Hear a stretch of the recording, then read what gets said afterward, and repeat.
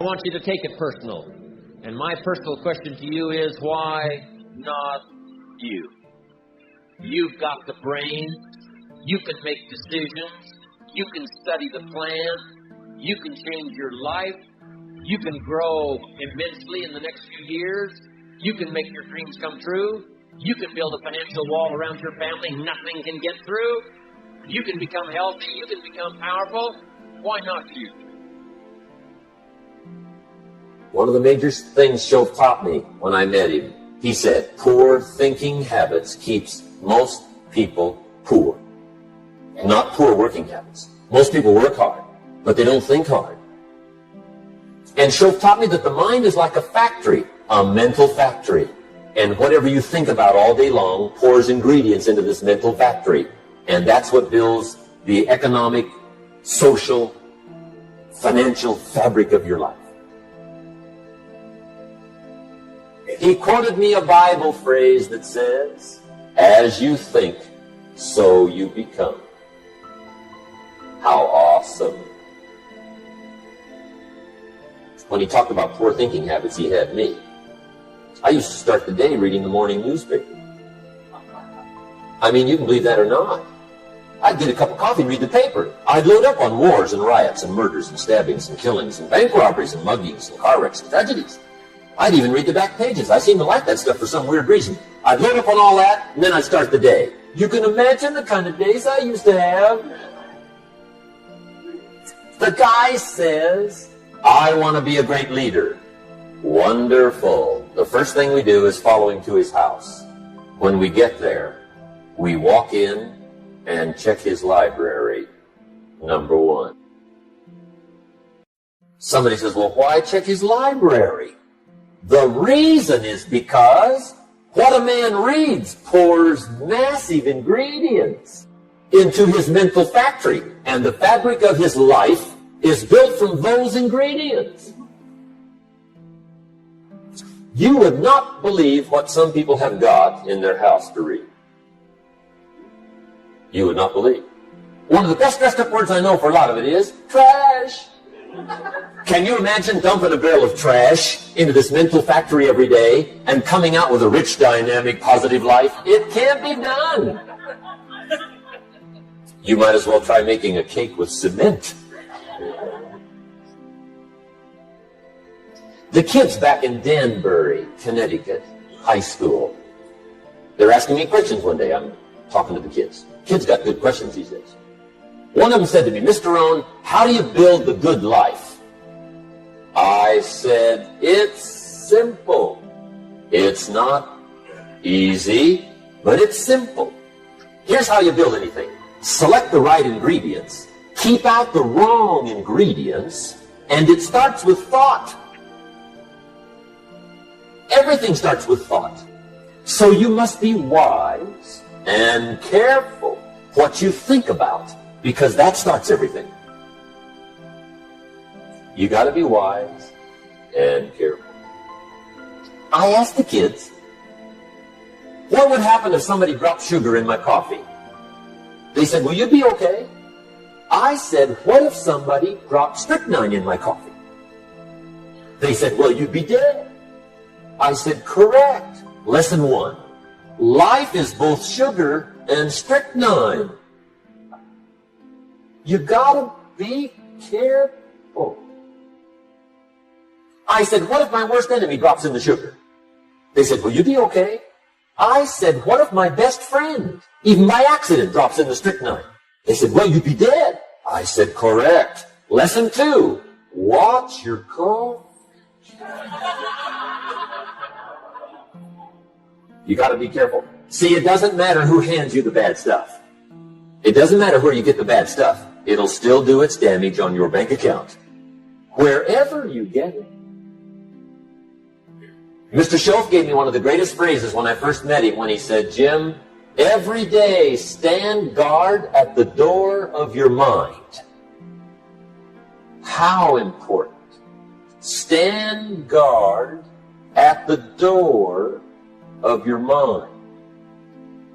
Now, our philosophy comes from a lot of places. Let me give it to you. Number 1, from teaching. The influence of others. from the books we read, from the classes we take. And you might underline the word influence. This is where a big share of our philosophy comes from. Influence. In another series, we asked 3 major questions. Who am I around? That's called big questions. Some questions are little and some are big. This is a big one. Who am I around? Question number 2, what are they doing to me? This is called major. This is called big. Where have they got me going? What have they got me reading? What have they got me thinking? What have they got me saying? And the big biggie, what have they got me becoming? Influence plays a major role in the development of our philosophy. How we think, how we speak, the formulation of ideas, the things we weigh concerning values. All of this is so important, what we know, the mind, thinking, processing ideas and information. Ideas are simply information taking form. Now we do something very important with what we know. We weigh it. We put it on our mental scales and we weigh it. And I don't know, we may give it a number from 1 to 10. Probably not consciously. But if we hear something and we come into possession of some information and we give it a 10, we'll probably act on it right away. If we give it a 1, we'll probably let it slide. If it's important, we'll do something about it. If we don't think it's important, we'll probably let it go. But it's so important to evaluate. A key word we learn in leadership skill training, perception. Trying to find value in something. Where is the value? How valuable is it? How important is it? Is there something here that I can't see at first glance? Is there something below the surface? Is there something in the inner workings of it? What goes behind it? What goes beyond it? What is its origin? All of these questions that help us come to the perception of value, ideas, evaluating information. Now here's what's important, to have a good set of mental scales. What if in processing information your mental scales were off? And you weighed everything a little wrong? Do you think that would affect your life? The answer is, of course. And all you got to be is a little off for 10 years. And you can imagine what the difference is. I got a key phrase for you. Life accumulates. We either accumulate the debt or the value. We either accumulate the regret or we accumulate the equity.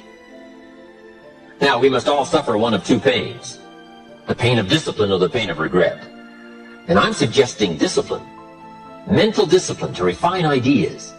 Of course it's laborious and of course it's a push, but it's called small price to pay so that you won't have the regret later on. Regret weighs tons. Discipline weighs ounces. So if you accept the early ounces of discipline of thought to refine ideas and not just let major questions go by, what about society? What about the government? What about taxes? What about religion? What about life? What about capital? What about business? What about society? All of these major questions. What about my life and my value and my place and my future? And what about life? What about origin? What about destiny? What about opportunity? What about possibility? All of these major questions, to let them go casually by is to miss the treasures that your life could accumulate into in the coming months, the coming years. So this is called major. What we ponder and what we think about sets the course of our life. It's like the set of the sail that's taking us somewhere. Let me give you a good question to write down. Where are my thoughts taking me? This is a biggie question. Where are my thoughts taking me? These are some of the things you want to make sure of. You might be able to be casual about some things, but here's some things not to be casual about. My philosophy is taking me somewhere. Big question, where? The accumulation of equity will either be there or won't be there. Life accumulates. And I'm either accumulating debt that I'll be sorry for, or I'm accumulating value that I'll be happy about. Key phrase. Up front, the decisions are easy. Now, sometimes after we've lived a few years now, to repair our mistakes and get back on track seems like a tough job. But here's the key, and it's so exciting to talk to the teenagers. Make the note. If you start early,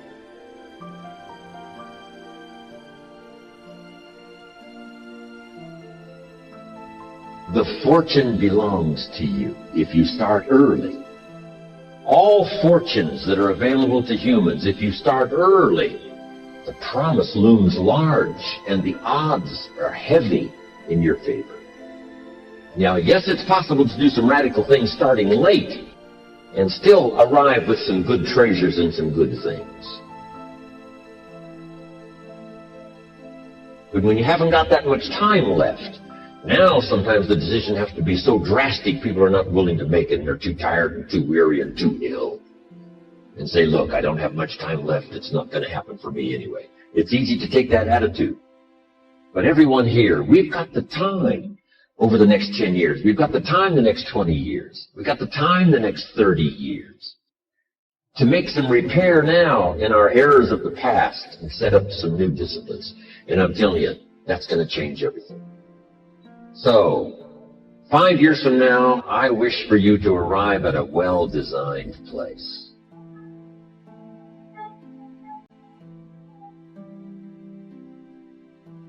A place of productivity, a place that'll make you feel good about yourself, a place that'll give you honor and respect, a place that'll give you influence to touch other people 5 years from now that you couldn't do today. Where will you be in 5 years? Key phrase, we go the direction we face. We go the direction we face. If you start designing something at the end of this direction, sure enough, you will start going the direction you face. Next phrase. Direction determines destination. Destination is not determined by hope. It's not determined by wish. Destination is determined by direction. You cannot change destination overnight. You cannot change destination overnight. Which means you can't arrive at a 5 years from now place tomorrow. But here's what you can change today and overnight. You can change direction. And it is so fascinating what a little small change of direction will do. A few decisions in discipline, a few decisions in learning, a few decisions in change of behavior, change of habit, a few decisions in setting goals that you've sort of let drift before. Like I did at age 25, didn't have a list. I immediately started to change that.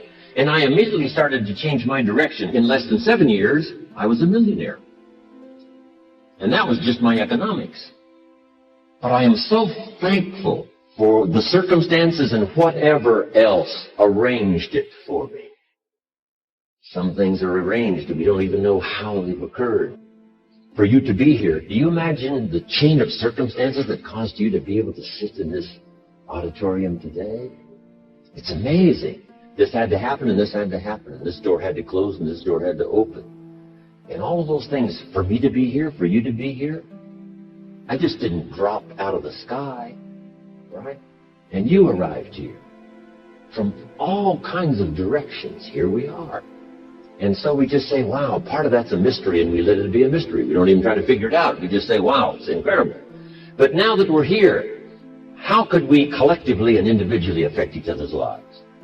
It's by doing just what we've done. Study, learn, teach, shake hands, trade stories, and do all the stuff. So that we can help other people as well as ourselves to make that small journey to a new direction. So jot that down. It's only a small journey to a new direction. Guess how quickly you can change your health? By starting to eat an apple a day. Mama said an apple a day keeps the doctor away. Let's say you've been ill long enough, you've had health problems long enough, and you say, that's it. That's over. I'm going to now start a program. You don't have to really revolutionize your whole health life. Just start with an apple a day. You say, well, is it that simple to change your health life? And the answer is, yes.